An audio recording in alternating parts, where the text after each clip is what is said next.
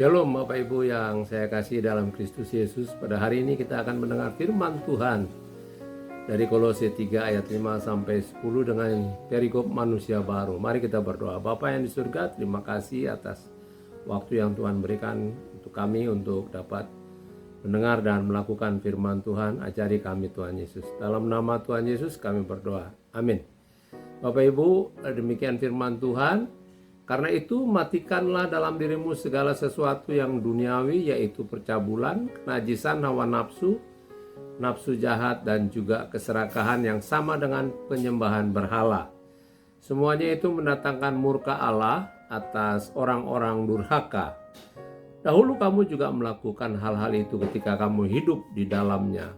Tetapi sekarang buanglah semuanya ini, yaitu marah, geram, kejahatan, fitnah, dan kata-kata kotor yang keluar dari mulutmu. Jangan lagi kamu saling mendustai, karena kamu telah menanggalkan manusia lama serta kelakuannya, dan telah mengenakan manusia baru yang terus-menerus diperbarui untuk memperoleh pengetahuan yang benar menurut gambar kaliknya. Demikian firman Tuhan. Bapak, Ibu, Saudara yang beriman dan percaya kepada Tuhan Yesus yang saya cintai dan banggakan. Menjadi umat Kristen bukanlah sekedar memilih dan mengikuti sebuah agama, tetapi menjadi Kristen adalah perubahan hidup yang nyata. Kita diubahkan oleh Tuhan menjadi manusia baru dari manusia lama. Paulus menyampaikan secara rinci perbedaan manusia lama dan manusia baru di dalam Efesus 4. Perbedaan manusia lama dan manusia baru, yaitu manusia lama, yang pertama pengertiannya gelap dalam Efesus 4 ayat 18a, dan pengertiannya yang gelap, jauh dari hidup persekutuan dengan Allah karena kebodohan yang ada di dalam mereka dan karena kedegilan hati mereka. Artinya manusia itu tidak memiliki pengertian Tuhan. Karena Allah belum menjadi Tuhan dan Raja dalam hidupnya, orang seperti ini hidupnya maunya sendiri, pengertiannya sendiri, sehingga perilakunya menjadikan masa depannya gelap, yang tidak percaya dengan ajaran kebenaran dalam Kristus Tuhan.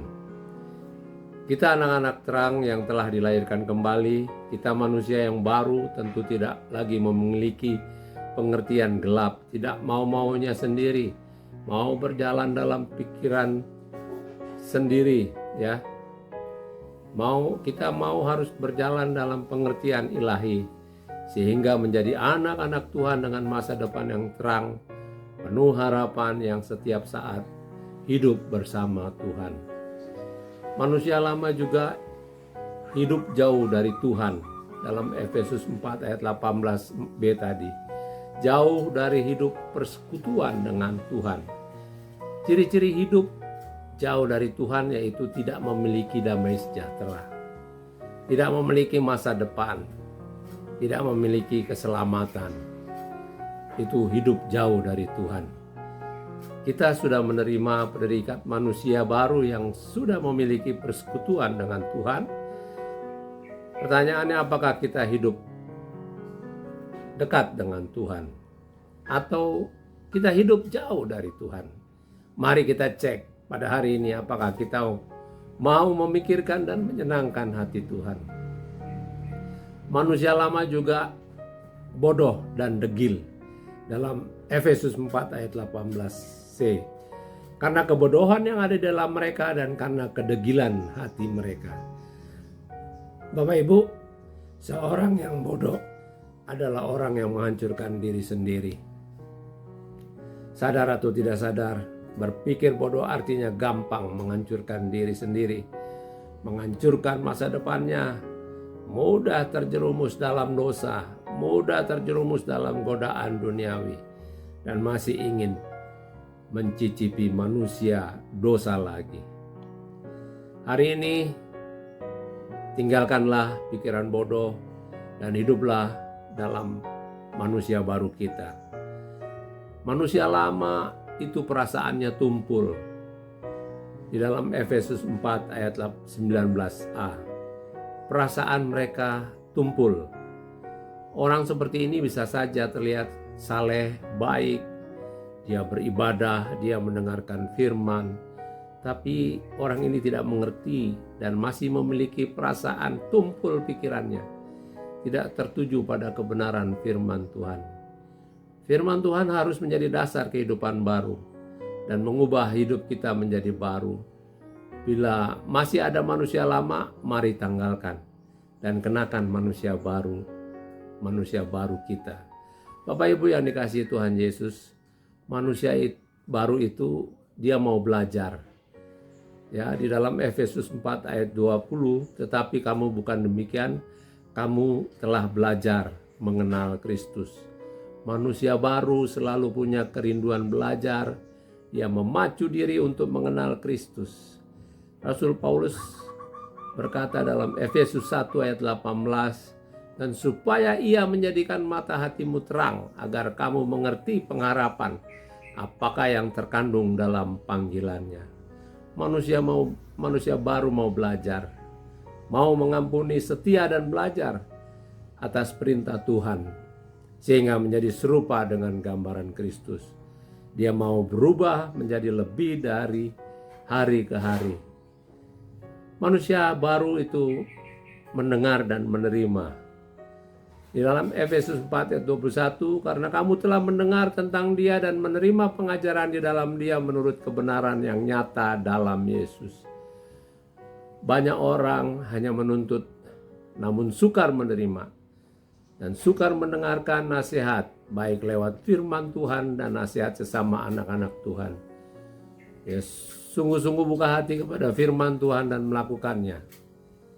Manusia baru harus menanggalkan manusia lama. Di dalam Efesus 4 ayat 22, yaitu bahwa kamu berhubung dengan kehidupan kamu yang dahulu, harus menanggalkan manusia lama yang menemui kebinasaannya oleh nafsunya yang menyesatkan. Di sini ditegaskan bukan kalau kita mau atau kalau sanggup menanggalkan manusia lama kita, namun kita diperintahkan Tuhan harus menanggalkannya dan mengenakan manusia baru. Mari dalam pertolongan Roh Kudus kita berusaha menanggalkan manusia lama dan mengenakan manusia baru kita. Manusia baru itu diperbaharui. Di dalam Efesus 4 ayat 23, supaya kamu dibaharui di dalam roh dan pikiranmu. Bapak Ibu yang dikasihi Tuhan, manusia baru dan manusia lama tidak bisa bersatu di dalam diri kita. Kita tidak bisa memainkan dua karakter yang kontras sekaligus. Seperti hidup dalam kebenaran, tetapi di saat yang sama juga masih suka berbohong, suka menipu, suka menyakiti hati orang. Mengenakan manusia baru berarti memiliki sifat-sifat baru yang sangat berbeda dengan sifat lama. Sifat manusia lama bertentangan dengan kebenaran. Sebaliknya, sifat manusia baru selaras dengan kebenaran firman Tuhan dan menuntun kita kepada kedewasaan penuh di dalam Kristus Yesus.